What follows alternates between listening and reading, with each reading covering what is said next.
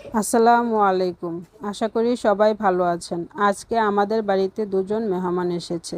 প্রচণ্ড গরমে কাজ করতে করতে তারা ক্লান্ত হয়ে পড়েছে। তাই তাদের ক্লান্তি দূর করার জন্য বাড়িতে লেবু না থাকার কারণে পুরনো দিনের মতো করে লেবু পাতা দিয়ে শরবত বানিয়ে খাওয়ালাম।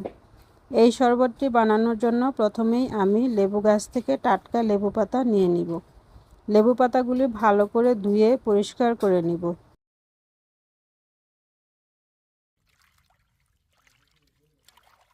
তারপর পাতার সাথে দিয়ে দিব একটি খাবার স্যালাইন, একটু বিট লবণ, পরিমাণ মতো আখের গুড় নিয়ে ভালো করে পাতার সাথে সব কষলিয়ে নেব। কতক্ষণ কষলিয়ে পরিমাণ মতো পানি দিয়ে দিলেই তৈরি লেবু ছাড়া শরবত। এই গরমে আপনারাও চাইলে বাড়িতে বানিয়ে খেতে পারেন এই অসাধারণ লেবু ছাড়া শরবতটি। ভিডিওটি ভালো লাগলে লাইক, কমেন্ট ও শেয়ার